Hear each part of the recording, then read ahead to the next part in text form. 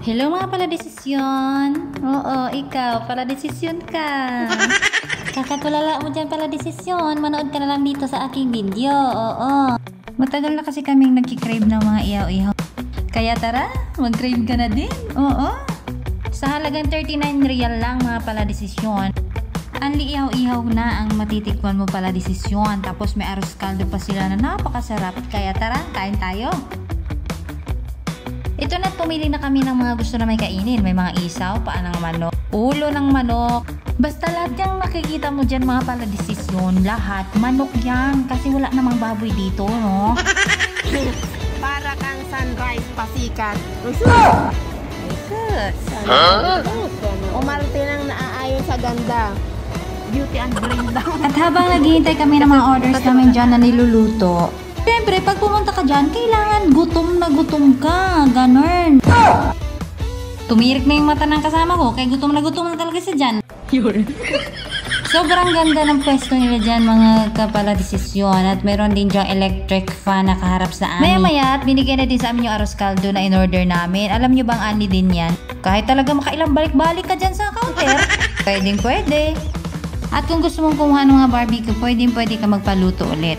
O diba, sa mukha pa lang sarap na ng arroz caldo, parang nasa Pilipinas lang tayo mga kapaladesisyon, no? At only drinks din yan mga kapaladesisyon. Yung suka na sausawa ng ihaw-ihaw nila, sobrang sarap din mga kapaladesisyon. Kaya sobrang na-enjoy talaga namin yung pagkain namin dyan mga kapaladesisyon. Sa sobrang sarap, may tinidor pa nga akong hawak-hawak dyan eh. Ay nako, hindi naman dapat talaga magtinidor. Ba't naman magtinidor kasi? Kaya hindi pwedeng trabaho ka lang din trabaho. Kailangan mo ding enjoy yung sarili mo mga kapaladesisyon. Lumabas ka, magala ka, i-treat ang sarili at bumili ng importanteng bagay. Hindi lang sa pamilya, para din sa sarili mo. So habang na-enjoy namin yung pagkain namin dyan, naisipan namin yan yung mga buto ng mga manok, dalhin namin kasi marami kasi mga pusa dito, mga street cat ba. So naisipan namin dalhin at ibigay namin sa mga pusa. At syempre paladesisyon tayo, humingi kami ng mga buto. Opo. Kaya ayun, alam nyo bang dinala namin ng isang plastic. Opo, isang plastic ng mga buto. E syempre, tuwan-tuwa naman kami kasi kawawa naman yung mga pusa. Bigay namin, di ba?